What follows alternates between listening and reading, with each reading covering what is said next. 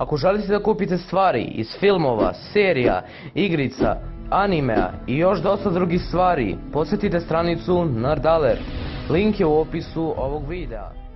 I lepo zaželim svima, ja sam Balkanski Učiha i danas ću raditi challenge Moja anime porodica. Mnogo vas me izazvalo, tako da se izvinjavam ako nekoga izostavim. Izazvali su me Zarpa, Stanko i Domitsuki. Mitski, valjda, ne znam tačno kako mu sada zove kanal. Uglavnom, imate linkove njihovih kanala u opisu.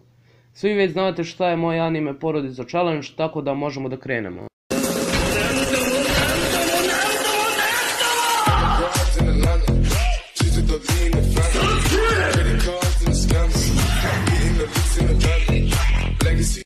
Moram da napomenem da ću se fokusirati na to da ja budem što jači. Moj otac bi bio Goku i od njega bih naslijedio sve živo, bukvalno.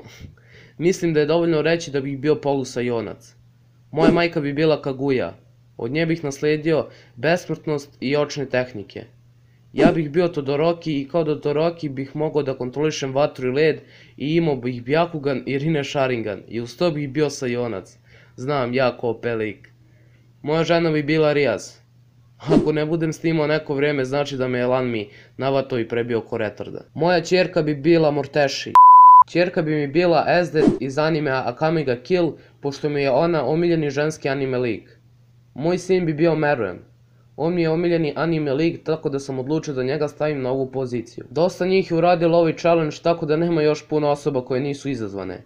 Izazivam Raleta, Balkan Weba i Anime Balkanca. I to bi bilo to što se tiče ovog videa, nadam se da vam se svideo. Ako jeste, ostavite like, share i subscribe i do sljedećeg videa pozdravlja vas Balkanski Učiha.